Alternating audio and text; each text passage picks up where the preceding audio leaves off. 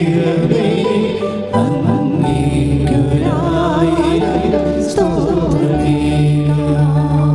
അച്ഛൻ പറയണത് മക്കൾ വഴക്കാട്ടെടുക്കരുത്, മറിച്ച് അബദ്ധങ്ങൾ ഇങ്ങനെ സംഭവിക്കാതിരിക്കാൻ വേണ്ടി ഒന്നാമത്തിൽ നിങ്ങൾക്കറിയാമല്ലോ, ഞാനിങ്ങനെ വന്ന ഒരു വഴിയെന്ന് പറയണത് സത്യസന്ധമായൊരു വഴിയാണ്. പക്ഷേ അച്ഛനായ കാലം മുതൽ എൻ്റെ അപ്പൻ ഈശോയാണ് ദൈവമെന്ന് എനിക്ക് പറഞ്ഞു തന്ന കാലം മുതൽ ഞാൻ ഈശോനെ ഫോളോ ചെയ്യുന്ന ഒരാളാണ്.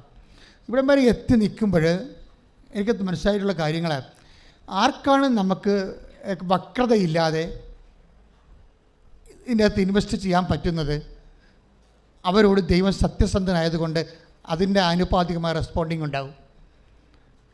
ഏത് രീതിയിലാണ്? അതുകൊണ്ടാണ് ഞാൻ ഇതിപ്പോൾ എന്താ വക്രം എന്ന് പറഞ്ഞാൽ, ഇപ്പോൾ നിങ്ങളോട്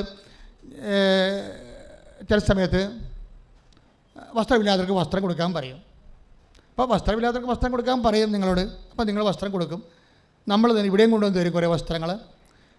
ഇത് നമുക്ക് അതുപോലെ തന്നെ ഇത് നമുക്ക് വേണമെങ്കിൽ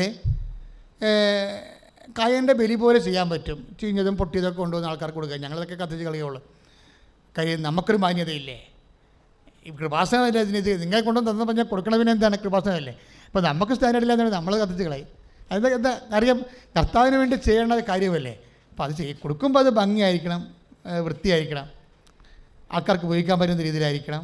അപ്പോൾ എന്തെങ്കിലും പറയണമെന്ന് വെച്ചാൽ, ഇപ്പോൾ നിങ്ങളുടെ കൂടെ 1 മൈൽ പോകാൻ ആഗ്രഹിക്കുന്നതിൻ്റെ കൂടെ ഈശോ എന്താ പറഞ്ഞത്? 2 മൈൽ പോകണം. അത് തന്നെയാണ് നമ്മുടെ ശണ്ടക്കൂടി ഉടുപ്പ് കരസ്ഥമാക്കാൻ ഉദ്യമിക്കുന്നതിനൂടെ മേലേക്ക് കൂടി വിട്ടുകൊടുക്കണം. എന്ത് സംഭവിച്ചാൽ ദൈവത്തിരുസ്ഥനെ വ്യാപരിക്കുന്നതിനൊരു രീതികളുണ്ട്. ഇപ്പോൾ നിങ്ങൾ ഉടമ്പടി ഇപ്പോൾ അതിർത്തി തർക്കമുണ്ടായി, വഴക്കുണ്ടായി, കേസുണ്ടായി, അല്ലെങ്കിൽ ചില പുരയിടം ചില ആൾക്കാർ നമുക്ക് തരണില്ല, നമുക്ക് വഴി നടത്താൻ പറ്റണില്ല, അതുകൊണ്ട് നമുക്ക് വീട് വെക്കാൻ പറ്റണില്ല, നമ്മളവിടെ നിന്ന് വിറ്റ് ചുട്ട് പോകാൻ വേണ്ടി ആഗ്രഹിക്കുന്നു, അവരും ആഗ്രഹിക്കണം നമുക്കിത് വിറ്റ് കിട്ടിയാൽ മതി, പക്ഷേ വില കിട്ടാതെ കൊണ്ട് നമ്മൾ പോകണില്ല.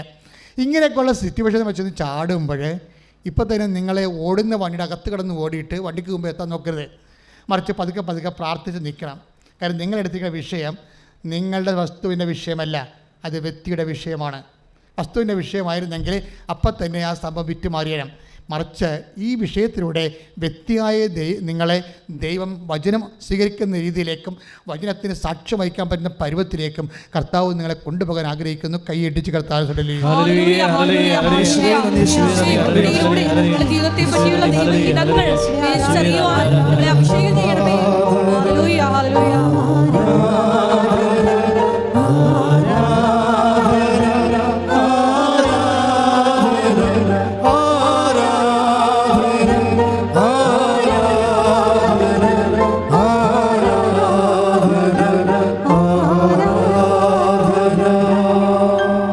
പരമദിവ്യകാരുണ്യത്തിന് അപ്പോൾ നമ്മൾ നിയമാവർത്തനം 32:20 കണ്ടത് വക്രതയില്ലാതെ, വളഞ്ഞ വഴികളില്ലാതെ വിശ്വസ്തയോടെയാണ് ചെയ്യേണ്ടത്. വിശ്വസ്തയോടെ ചെയ്താൽ നമുക്ക്, കഴിഞ്ഞ ആഴ്ച ഞാൻ പറഞ്ഞായിരുന്നു, നിങ്ങൾ വിശ്വസ്തയോടെയാണ് ചെയ്യണമെങ്കിൽ എക്സ്ട്രാ ആയിട്ട് നിങ്ങൾക്ക് കർത്താവിൻ്റെ കരുണയുടെ സബ്സിഡി ലഭിക്കുമെന്ന് പറഞ്ഞായിരുന്നു ഇല്ലേ? ഏക്കണത് 7:12 എത്രയോ? 7:12. അത് നിയമാവർത്തനം വായിച്ചേ, ശ്രദ്ധിക്കട്ടെ.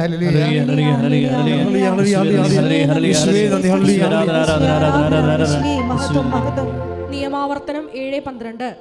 നിങ്ങൾ ഈ നിയമങ്ങൾ കേൾക്കുകയും വിശ്വസ്തയോടെ പാലിക്കുകയും ചെയ്താൽ നിങ്ങളുടെ ദൈവമായ കർത്താവ് നിങ്ങളുടെ പിതാക്കന്മാരോട് ശപഥം ചെയ്തിട്ടുള്ള ഉടമ്പടിയും കരുണയും നിങ്ങളോടും പുലർത്തും. അപ്പോൾ ഉടമ്പടിയിൽ പറഞ്ഞിരിക്കുന്ന കാര്യങ്ങൾ മാത്രമല്ല, വേറൊരു സംഭവം കൂടി പറയുന്നുണ്ട് അവിടെ. എന്താണത്? കരുണ. അതാണ് സബ്സിഡി എന്ന് പറയുന്നത്. അതിൻ്റെ ഇല്ലാത്തതാണ്. നിങ്ങൾ ദൈവദിവസത്തിന് സത്യസന്ധമായിട്ടും വിശുദ്ധയോടെ വിശ്വാസത്തോടെ നിൽക്കുമ്പോൾ ചില കാര്യങ്ങൾക്ക് കരുണയെന്ന് പറഞ്ഞാൽ എന്താണ്? നമുക്ക്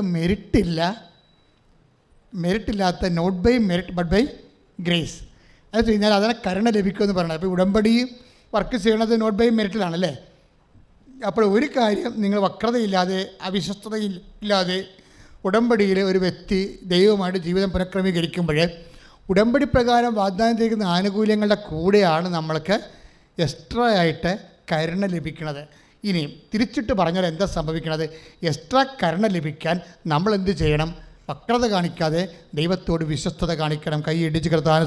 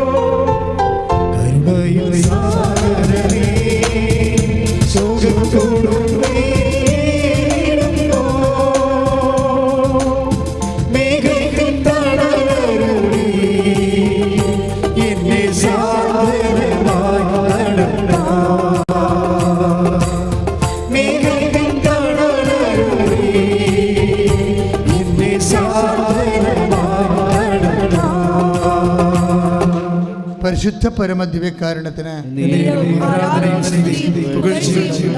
എൻ്റെ മക്കളെ, നമ്മളെ കേട്ടുകൊണ്ടിരിക്കുന്ന വചനം എന്താണ്? വക്രതയോ അവിശുദ്ധതയോ കാണിച്ചാൽ ഇത് പറ്റും, ഞാൻ എൻ്റെ മുഖം മറക്കുച്ച് കളയും. അതല്ലേ നിയമാവർത്തനം 32:20 എന്താ പറയണത്? ഉടമ്പടിയിൽ നിങ്ങൾ വക്രതയോ, കഴിഞ്ഞ ദിവസങ്ങളിൽ ഒരു അച്ഛൻ്റെ വൈഫ് ഇവിടെ ഉടമ്പടി എടുത്തായിരുന്നു. കഴിഞ്ഞ ദിവസം ഞാൻ പറഞ്ഞത്, അപ്പോൾ അവർ പറയണത് കേട്ടിട്ട് വേറെ ആൾക്കാരോ എന്നോട് പറഞ്ഞാണ്.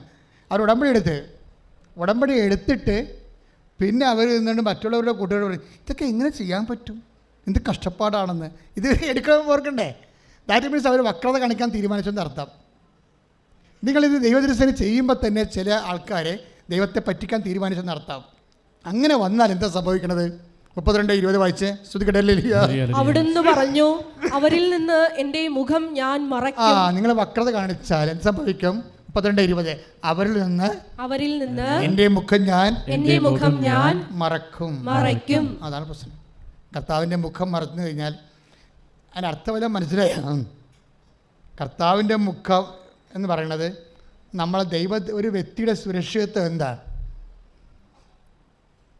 ഇപ്പോൾ ഒരു കുഞ്ഞ് ഓടി നടന്ന് കളിക്കുകയാണ്, അമ്മ അവിടെ ഇരിപ്പുണ്ട്. അപ്പോഴേ അമ്മയുടെ കൺവട്ടത്താണ് കുഞ്ഞ് ഓടി നടന്ന് കളിക്കുന്നത്, അല്ലേ? അതാണ് കുഞ്ഞിൻ്റെ സുരക്ഷിതത്വം. ഇൻ കേസ് എവിടെയെങ്കിലും കാലുതെറ്റി വീണാലും അമ്മ ഓടിച്ചു നിൽക്കും.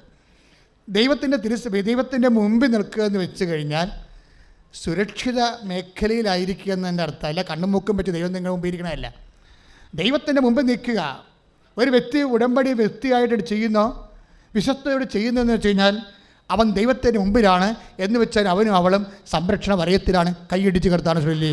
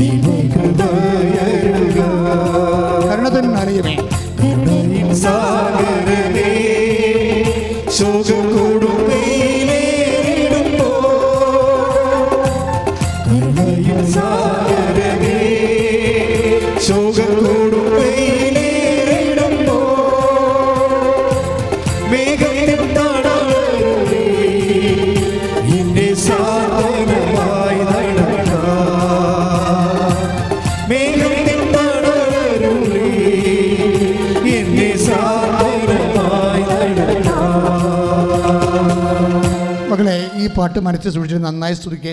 നിങ്ങൾ ദൈവം ബ്ലെസ് ചെയ്യുന്ന സമയമാണ്. അച്ഛൻ നിങ്ങൾക്ക് വേണ്ടി പ്രാർത്ഥിക്കാൻ തുടങ്ങുന്നു.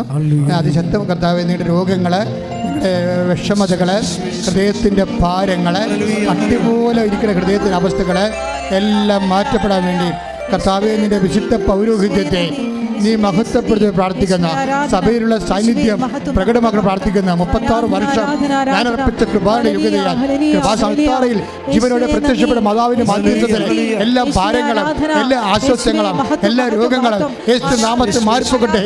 സ്തുതിക്കട്ടെ.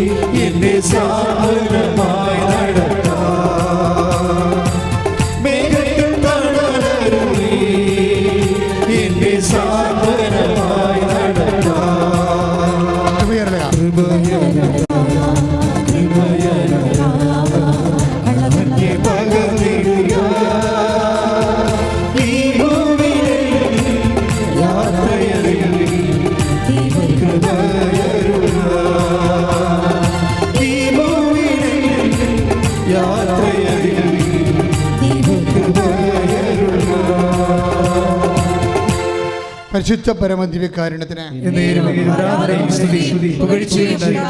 എൻ്റെ പ്രിയപ്പെട്ടവരെ, നമ്മളെ പരിശുദ്ധാത്മാവ് ഇപ്പം നമ്മളെ പഠിപ്പിച്ചുകൊണ്ടിരിക്കുന്നത് വക്രതയില്ലാതെ അവിശ്വസ്തതയില്ലാതെ നമ്മൾ ഉടമ്പടിയിൽ ആണ് ജീവിക്കണമെങ്കിൽ we are in front of Jesus. അതാണ് പറയണത്. അത് നിങ്ങൾക്ക് വക്രത വന്നാൽ, ഉടമ്പടി അവിശ്വസ്തത വന്നാൽ, എൻ്റെ മുഖം നിങ്ങളുടെ മുമ്പിൽ നിന്ന് ഞാൻ മാറ്റിക്കളയെന്ന് പറഞ്ഞില്ലേ? അതായത് നമുക്ക് വക്രത അവിശ്വസ്ത ഉണ്ടായാൽ ദൈവ സാന്നിധ്യത്തിൽ നിന്ന് നമ്മളെ മാറ്റപ്പെടും. ദാറ്റ് മീൻസ് സംരക്ഷണം നഷ്ടപ്പെടുക. ഉടമ്പടി ഒരു വലിയ സംരക്ഷണമാണ്. കഴിഞ്ഞ ദിവസങ്ങളിൽ സിജോ മോൻ എന്ന് പറഞ്ഞൊരു സാക്ഷിയില്ലേ?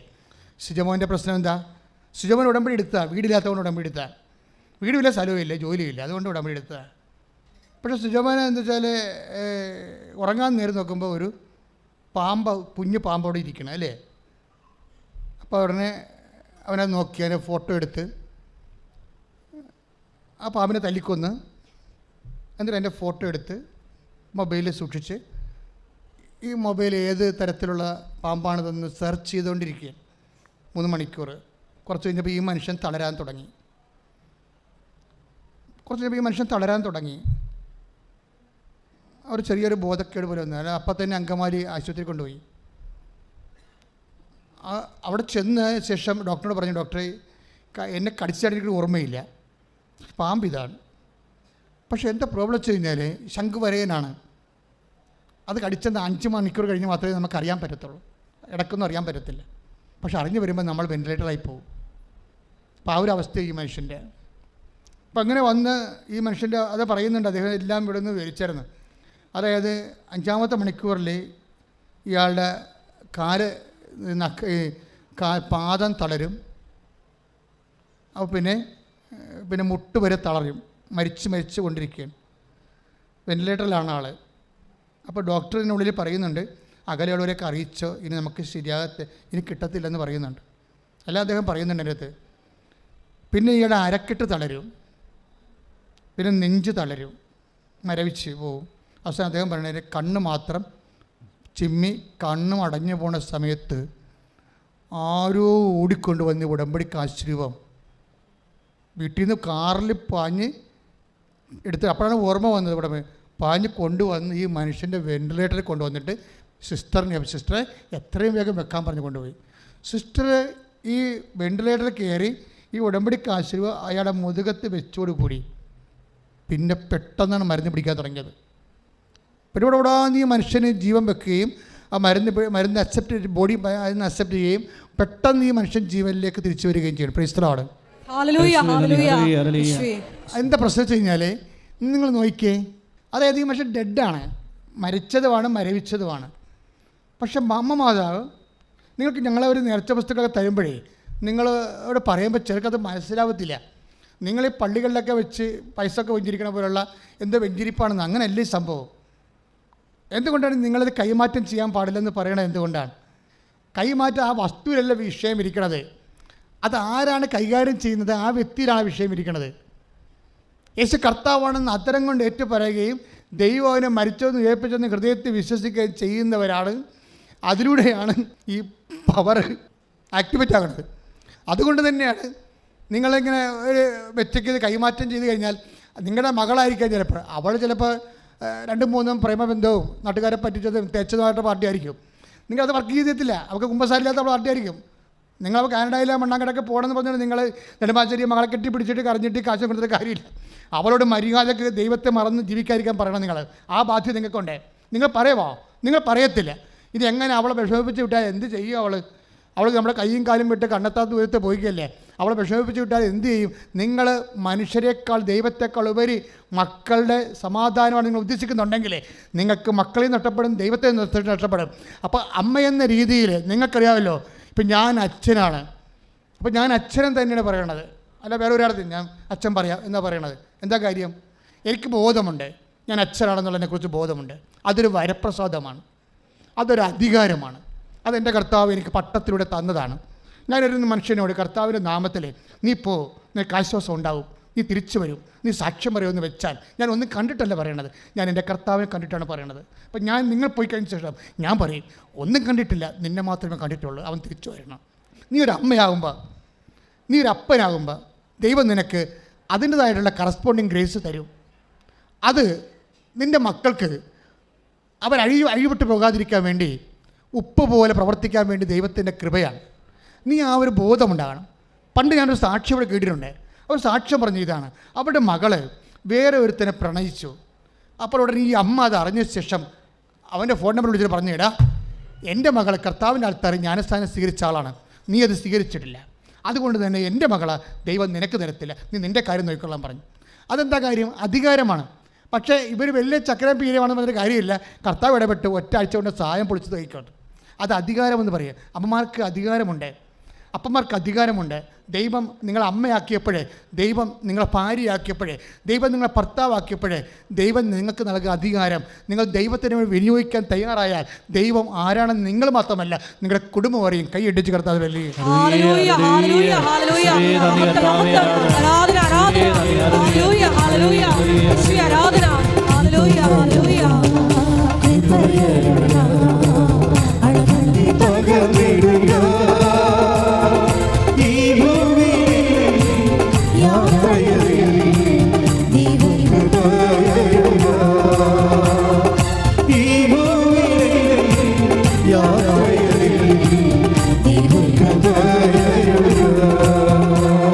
പരിശുദ്ധ പരമദിവ്യകാരുണ്യത്തിന്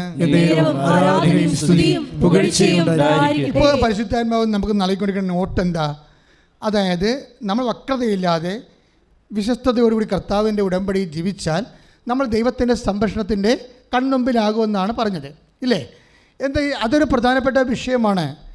കാര്യം ചില സമയത്ത് നമുക്ക് ഒരു പാപാകരമായ അവസ്ഥകൾ ചിലക്കെങ്കിലും ജീവിതത്തിലുണ്ടാകും. പക്ഷെ അപ്പോഴും പരിശുദ്ധാത്മാവും മിനിമം ഹോളി സ്പിരിറ്റ് നമ്മളിൽ നിന്ന് പൂർണ്ണമായിട്ടും വിട്ടു പോകത്തില്ല. എൻ്റെ മക്കളത് മനസ്സിലാക്കണം. നിങ്ങൾ ചിലപ്പോൾ അങ്ങ് ചിന്തിച്ച് കാണാം, ഞാനിങ്ങനെ പാപിയായിപ്പോയി, അതുകൊണ്ട് പരിശുദ്ധാത്മാവ് മിക്കവാറും പോയി കാണുമെന്ന്. അങ്ങനെയില്ല. ദാവീദ് പാപിയായ സമയത്തും ദാവീദ് പ്രാർത്ഥിച്ചത് എന്താണ്? അങ്ങയുടെ തിരുസന്നിധിയിൽ നിന്ന് എന്നെ തള്ളിക്കളയരുതേ, അങ്ങയുടെ പരിപ്പാവിനെ ഇതിൽ നിന്ന് എടുത്തു മാറ്റരുത്. അതായത് പാപകരമായ ഒരു സാഹചര്യത്തിലാണെങ്കിലും നീ ദൈവഭയമുള്ള വ്യക്തിയാണെങ്കിൽ ദൈവം തൻ്റെ പരിശുദ്ധാത്മാവിനെ നിന്നെ നിർത്തിക്കൊണ്ട് നിന്നെ പതുക്കെ പതുക്കെ വീണ്ടെടുക്കും. കൈയിടിച്ച് കർത്താവിലെ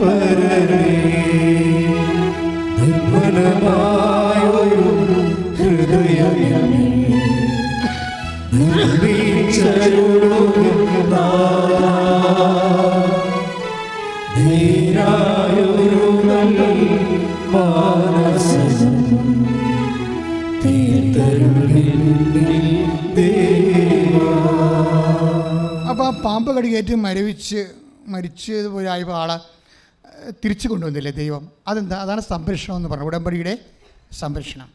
ഉടമ്പടി എടുക്കുന്ന ഒരു വ്യക്തികൾക്കും ദൈവം ആ മനുഷ്യൻ ഉടമ്പടി എടുത്ത് പാമ്പ് കടിയാക്കാതിരിക്കാനല്ലേ. അദ്ദേഹത്തിന് വീടില്ല, അതുപോലെ തന്നെ ജോലിയുമില്ല, അതിൻ്റെ പേരിലെടുത്ത സ്ഥലമില്ല. അതെല്ലാം എങ്ങനെ റീസെറ്റ് ചെയ്ത് നോക്കിയാൽ നിങ്ങളെ സാക്ഷ്യം കേൾക്കണം കേട്ടോ. അതിൻ്റെ ഇടയ്ക്കാണ് ഇങ്ങനൊരു അപായം വന്നത്. പക്ഷേ അതിലും ദൈവം അവനെ സംരക്ഷിക്കും. അപ്പോൾ ഉടമ്പടി ഒരു സംരക്ഷണമാണ്. അപ്പോൾ നമ്മൾ നമ്മൾ വക്രതയില്ലാതെ വഞ്ചനയില്ലാതെയാണ് അത് വിശ്വസ്തയോടെ ചെയ്യണമെങ്കിൽ നമ്മൾ ദൈവത്തിൻ്റെ തിരുസന്നിധിയിലാണ്. കാര്യം ദൈവത്തിൻ്റെ തിരുസന്നിധിയിൽ നിന്ന് വക്രത കാണിച്ചാൽ പരിഭ്രമം വരണത് അങ്ങനെയാണ്. ആൾക്കാർക്ക് പരിഭ്രമം വരികയില്ല. ജപ്തി നടപടി വരുമ്പോൾ പരിഭ്രമം വരും ഇല്ലേ? ഡോക്ടർമാർ പറഞ്ഞ് അത് ഹാർട്ടൊന്ന് ചെക്ക് ചെയ്യുമ്പോൾ പരിഭ്രമമായിപ്പോയി. ഇതെങ്ങനെ പരിഭ്രമം വരണത്? ദൈവത്തിൻ്റെ തിരുസന്നിധിയിൽ നിന്ന് ആണ് നിങ്ങൾ നിൽക്കണമെങ്കിൽ പരിഭ്രമം ഉണ്ടാകത്തില്ല, അല്ലെങ്കിൽ പരിഭ്രമം ഉണ്ടാകും. അതാണ് വിഷയം. നമ്മുടെ സങ്കീർത്തനം 30:8, സങ്കീർത്തനം 30:8-9. ശ്രുതിക്കട്ടെ ഹല്ലേലൂയ.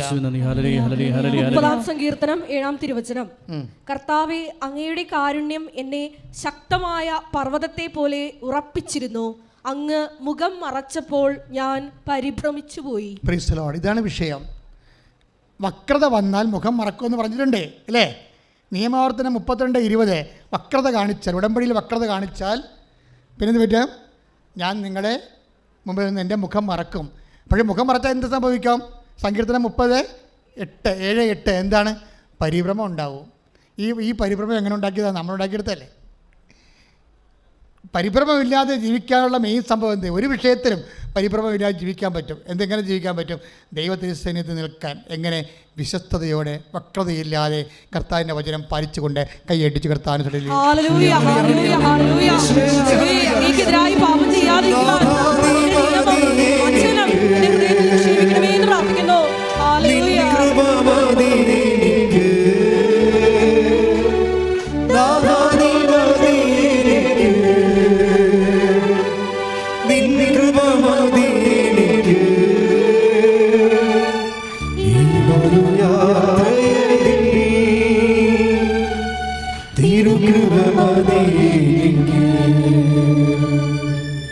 പരിശുദ്ധ പരമദിവ്യകാരുണ്യത്തിന്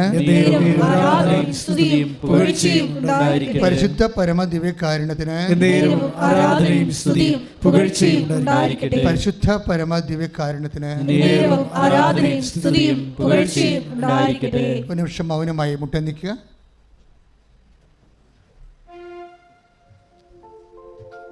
മൗന പ്രാർത്ഥനയുടെ സമയമാണ്. വചനങ്ങളെക്കുറിച്ച് ധ്യാനിച്ചുകൊണ്ട് വക്രതയില്ലാതെ വിശ്വസ്തയോടെ കർത്തൃ തിരുസന്നിധിയിൽ വ്യാപരിക്കാൻ വേണ്ടിയുള്ള കൃപയ്ക്ക് വേണ്ടി പ്രാർത്ഥിച്ചുകൊണ്ട് സ്തുതിച്ചുകൊണ്ട് നിൽക്കട്ടെ. സ്തുതിക്കട്ടെ. ഹല്ലേലൂയ. Hallelujah, hallelujah, hallelujah. യേശുവേ നന്ദി, യേശുവേ ആരാധന. Hallelujah, hallelujah. മഹത്വം, ആരാധന. യേശുവേ ദൈവത്തിരുസന്നിധിയിൽ സത്യസന്ധതയോടെ വ്യാപരിക്കുവാൻ, വക്രതയില്ലാതെ വ്യാപരിക്കുവാൻ, നിയമങ്ങൾ പാലിച്ച് മുന്നേറുവാൻ ഞങ്ങളെ അഭിഷേകം ചെയ്യണമെന്ന് പ്രാർത്ഥിക്കുന്നു. യേശുവേ ഉടമ്പടി നിബന്ധനകൾ വിശ്വസ്താപൂർവ്വം പാലിക്കുവാൻ, ദൈവഭയത്തോടെ ചെയ്യുവാൻ ഞങ്ങളെ അഭിഷേകം ചെയ്യണമേ. ദാസത്തിൽ വന്ന് ഉടമ്പടി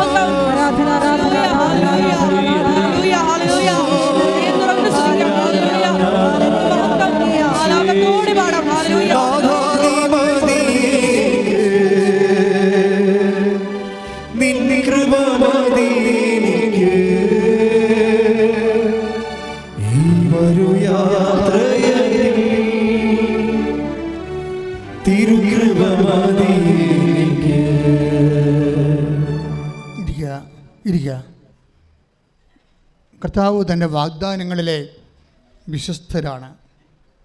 ഇൻ കേസ് ഉടമ്പടി കാലത്ത് ചെറിയ എന്തെങ്കിലും തരത്തിലുള്ള ഇതുപോലെ കരച്ചിൽ കണ്ടില്ലേ, സഹനമായ ഒരു സാഹചര്യം വന്ന കണ്ട, പക്ഷേ അത് അന്ത്യമല്ല. അതിനെ അവർ പ്രാർത്ഥിച്ച് അതിജീവിച്ചോ ദൈവത്തിൻ്റെ വലിയ മഹത്വത്തിൻ്റെ വിഷയമായി മാറ്റിയത്. ഇതുപോലെ അതുകൊണ്ട് ബൈബിൾ എന്താ പറയണത്? ചില സമയത്ത് സന്ധ്യയിൽ കരച്ചിൽ വരാം, പക്ഷെ പ്രഭാതം വരുമ്പോൾ സന്തോഷമായി മാറും. അതാണ് നമ്മുടെ ജീവിത അനുഭവങ്ങളുടെ നേച്ചറാണ് പറയുന്നത് കർത്താവിൻ്റെ വചനം. സന്ധ്യയിൽ കരച്ചിൽ വരുന്നു പറഞ്ഞ് കരച്ചിൽ വരുന്നു. 30-ാം സങ്കീർത്തനം 5-ാമത്തെ വാക്യം. സ്തുതിക്കട്ടെ. ഹല്ലേലൂയ.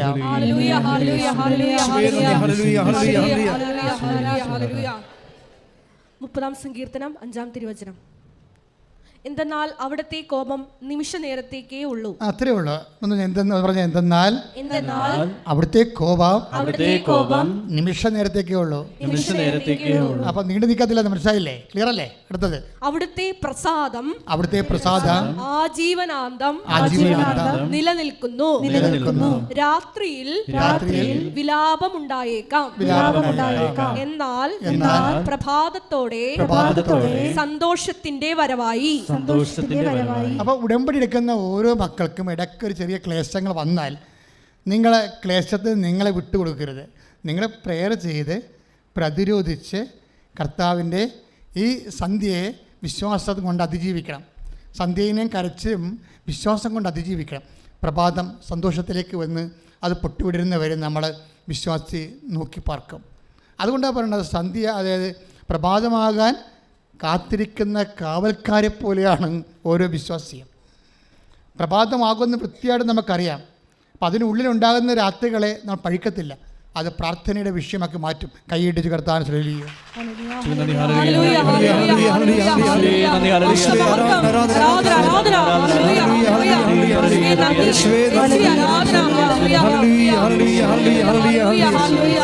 എല്ലാവരും എഴുന്നേൽക്കുക. രോഗസൗഖ്യ പ്രാർത്ഥന.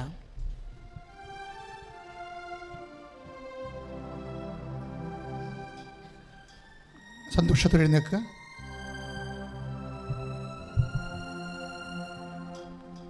അച്ഛൻ പ്രാർത്ഥിക്കുന്ന സമയത്ത് മക്കളെ കൈകളെ മാറ്റി മാറ്റി വെക്കണം കേട്ടോ. രോഗമുള്ളടുത്തേ അഭിഷേക പ്രാർത്ഥനയുടെ സമയത്തും രോഗസൗഖ്യ പ്രാർത്ഥന സമയത്തും യേശു കർത്താവാണ് എന്ന അത്തരം കൊണ്ട് ഏറ്റു പറഞ്ഞുകൊണ്ട് ദൈവം അവനെ മരിച്ചു എന്ന് കേൾപ്പിച്ചു. അങ്ങനെയാണ് ഏറ്റു പറഞ്ഞുകൊണ്ടിരിക്കേണ്ടത്. യേശു കർത്താവാണ് പറഞ്ഞേ. യേശു കർത്താവാണ്. ഞാൻ അത്തരം കൊണ്ട് ഏറ്റു പറയുന്നു. ദൈവം അവനെ മരിച്ചു എന്ന് ഉയർപ്പിച്ചെന്ന്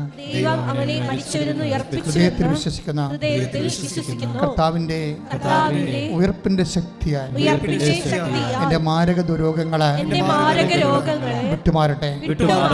യേശു കർത്താവാണെന്ന് ഞാൻ അത്തരം കൊണ്ട് ഏറ്റുപറയുന്നു. ദൈവം അവനെ മരിച്ചു വീഴുന്ന ഉയർപ്പിച്ചെന്ന് എൻ്റെ ഹൃദയത്തിൽ ഞാൻ വിശ്വസിക്കുന്നു. ആകയാൽ യേശുവിന്റെ നാമത്തിലെ മാരക രോഗങ്ങളെ വ്യാധികളെ ഈ നിമിഷം യേശുവിന്റെ നാമത്തിൽ മാറട്ടെ.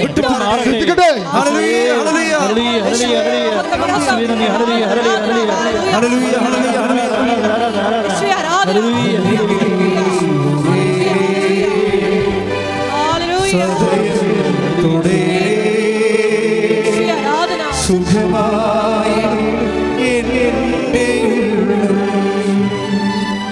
ഹരി വരേ സദയം തുടേ സുഖമായി എൻ്റെ പ്രിയപ്പെട്ടവരെ, വളരെ സന്തോഷത്തോടുകൂടി വേണം. അച്ഛൻ നിങ്ങളെ ശാസിക്കും, അത് നിങ്ങൾ കാര്യമായിട്ട് എടുക്കരുത്. കാര്യം നിങ്ങൾ എല്ലാവർക്കും അനുഗ്രഹം കിട്ടാൻ വേണ്ടിയാണ്, നിങ്ങളുടെ ആധ്യാത്മിക ധാരണപ്പിശകുകൾ തിരുത്താനാണ് അച്ഛൻ നിങ്ങളെ ശാസിക്കുന്നത്. പക്ഷേ നമ്മൾ കർത്താവിൻ്റെ തിരുസന്നിധി കൃപാസനത്തിൽ വരുമ്പോൾ നിങ്ങൾ ഓർക്കണം, അമ്മയാണ് എന്നെ കൊണ്ടുവന്നത്. എൻ്റെ കണ്ണീരിൻ്റെ കാലത്ത് ഈ മണ്ണിൽ നിന്ന് എനിക്ക് പരിഹാരം ഉണ്ടാകും. ആ ഒരു ബോധം ഉണ്ടായാൽ മതി. ബാക്കി ഒരു പ്രശ്നമില്ല. ബാക്കിയെല്ലാം നമ്മളല്ല ചെയ്യണത്, അമ്മയാണ് ചെയ്യണത്.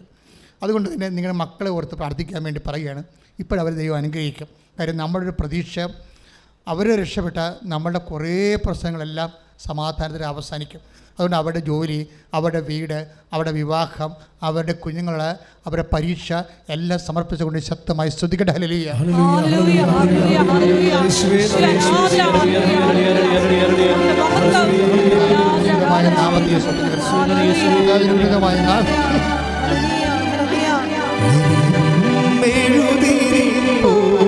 കർത്താവിനുമായി നാമത്തിൽ സഭയിലെത്തി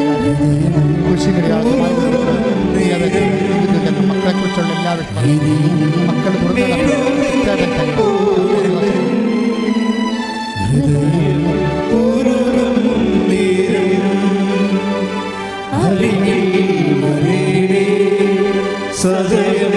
തുടരെ സുഖമായി എൻ്റെ ഉള്ളം. പരിശുദ്ധ പരമ ദിവ്യകാരുണ്യത്തിന് എന്നേരവും ആരാധനയും സ്തുതിയും പുകഴ്ചയും ഉണ്ടായിരിക്കട്ടെ. പരിശുദ്ധ പരമ ദിവ്യകാരുണ്യത്തിന് എന്നേരവും ആരാധനയും സ്തുതിയും പുകഴ്ചയും ഉണ്ടായിരിക്കട്ടെ. എൻ്റെ പ്രിയപ്പെട്ടവരെ, വീട്ടിലുള്ള രോഗികൾ, നിങ്ങളുടെ തന്നെ രോഗങ്ങൾ, ഉടമ്പടി വെച്ചിരിക്കുന്ന രോഗങ്ങൾ, അതുമേലെല്ലാം കർത്താവിൻ്റെ വിശുദ്ധമായ രക്തം തളിക്കപ്പെടാൻ വേണ്ടിയും പൂർവാധികം ആരോഗ്യത്തെ വിടുതൽ പ്രാപിച്ചുകൊണ്ട് കർത്താവിന് സാക്ഷ്യം വഹിക്കാൻ വേണ്ടി ഇടിമുഴക്കം പോലെ ശ്രുതിക്കട്ടെ. ഹല്ലേലൂയ.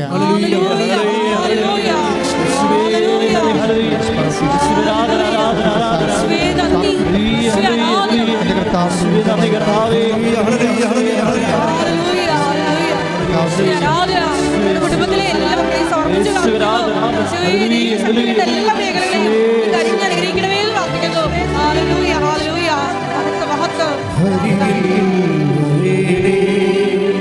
സദയം തുടരെ സുഖമായി എൻ്റെ ഉള്ളം. പരിശുദ്ധ പരമ ദിവ്യകാരുണ്യത്തിന്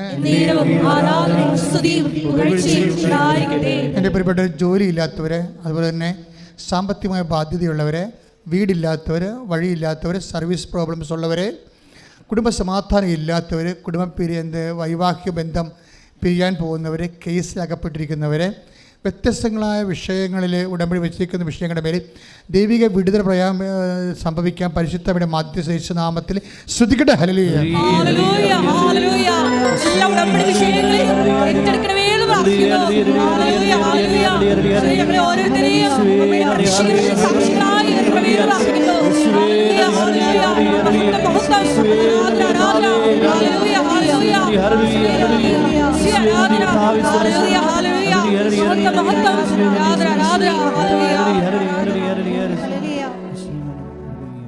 നിൽക്കുക. മൗനമായി പ്രാർത്ഥിക്കേണ്ട സമയമാണ് ഇത്. വളരെ മർമ്മപ്രധാനമായ സമയമാണ്. വളരെ മൗനമായി പ്രാർത്ഥിക്കേണ്ട സമയമാണ്. സാക്ഷ്യം പറയാൻ പറ്റുന്ന അനുഭവങ്ങൾ കിട്ടാനുള്ള സമയമാണ്.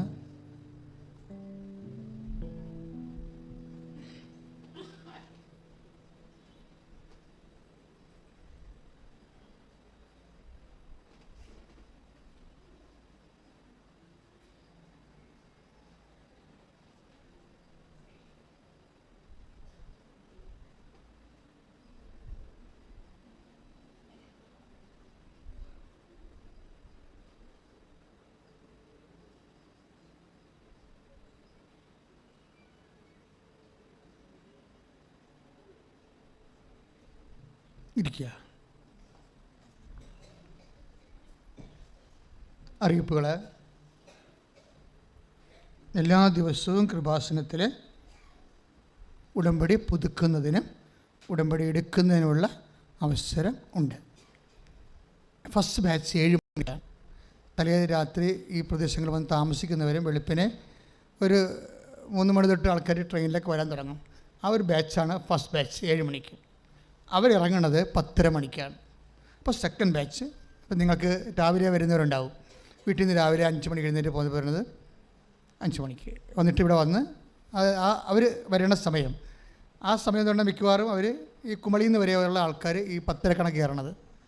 അവർക്ക് 10:30 നല്ല ടൈം. കാര്യം അവർ 2:30 ഇവിടുന്ന് അവർക്ക് തിരിച്ചു പോകാൻ പറ്റും. ഇപ്പോൾ രാത്രി 9 മണിക്ക് മുമ്പ് അവർക്ക് വീട്ടിലെത്താൻ പറ്റും. അതാണ് ടൈം എന്ന് പറയുന്നത്. അപ്പോൾ അങ്ങനെ അകലെയുള്ളവർ, ഈ എറണാകുളം കോട്ടയം അല്ലാത്തവരെല്ലാം 10:30 ബാച്ചാണ് നിങ്ങൾക്ക് നല്ലത്. 10:30 ബാച്ച്, 10:30, 10:45 ആ ടൈപ്പ് ആ സമയത്ത് കയറണം.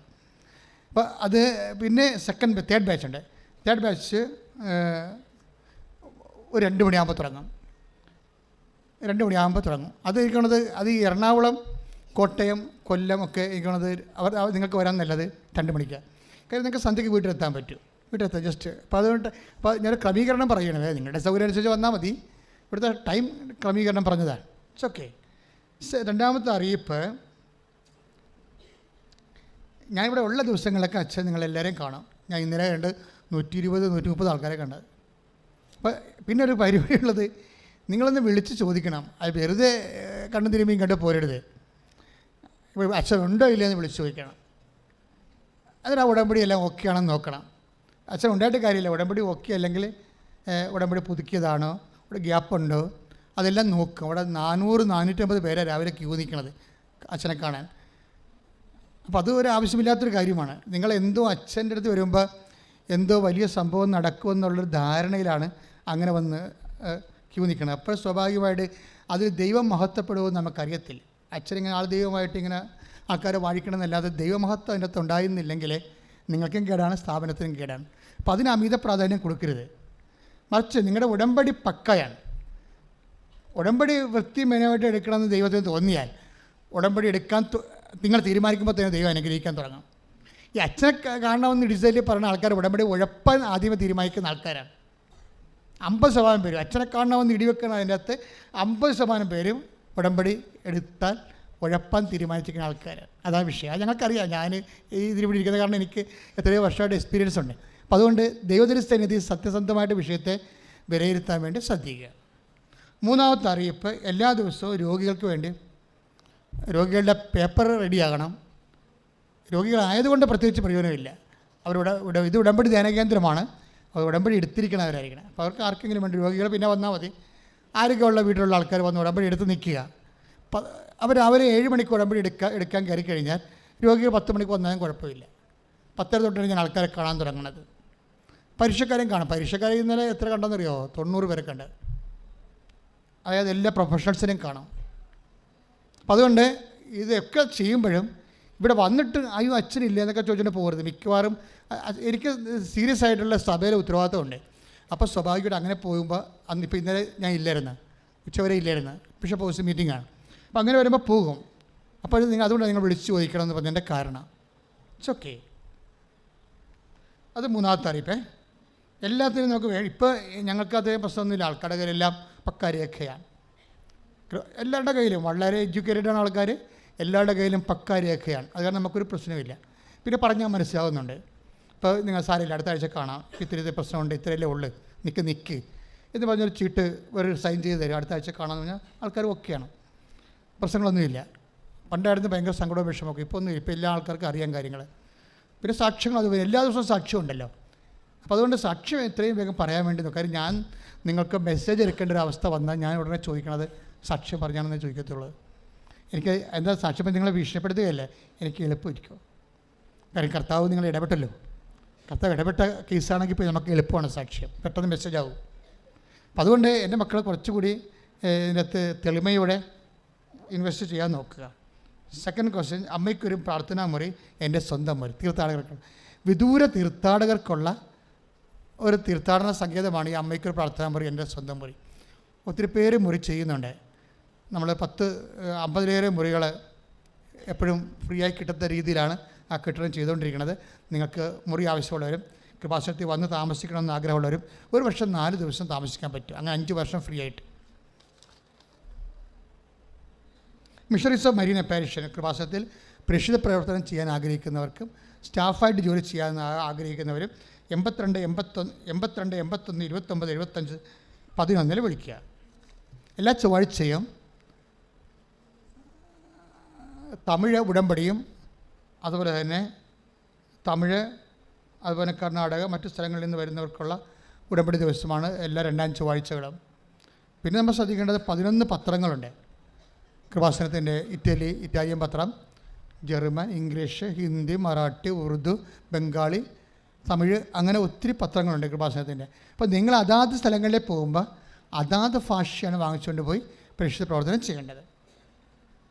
പിന്നെ ലൈറ്റൊക്കെ അതിൻ്റെ പേര് റിക്വസ്റ്റ്.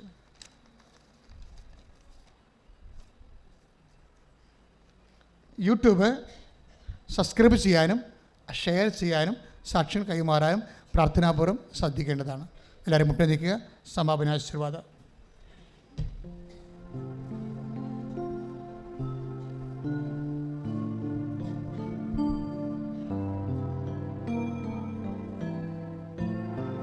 ഉടമ്പടി എടുത്തു പോയിട്ടുള്ള എല്ലാ മക്കളുടെയും ഉടമ്പടി വിഷയങ്ങൾ ഒരു നിമിഷം ദിവ്യകാരുണ്യ സന്നിധിയിൽ സമർപ്പിച്ച് നമുക്ക് പ്രാർത്ഥിക്കാം.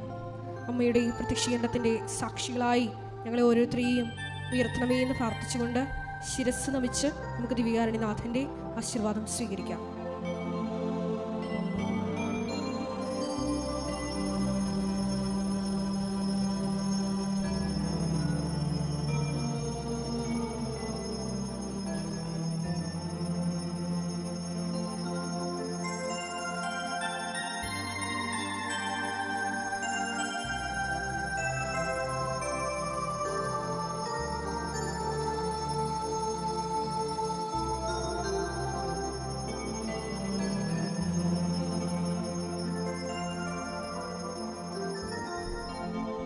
പരിശുദ്ധ പരമ ദിവ്യകാരുണ്യമേ, എന്നുമെന്നും അങ്ങേക്കാരാധന.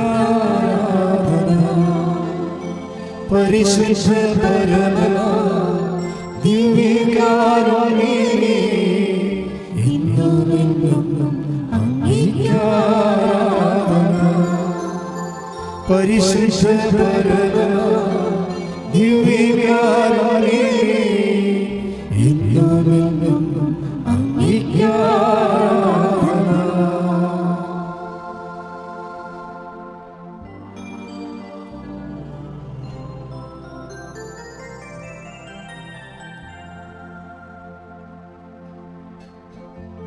ആവേ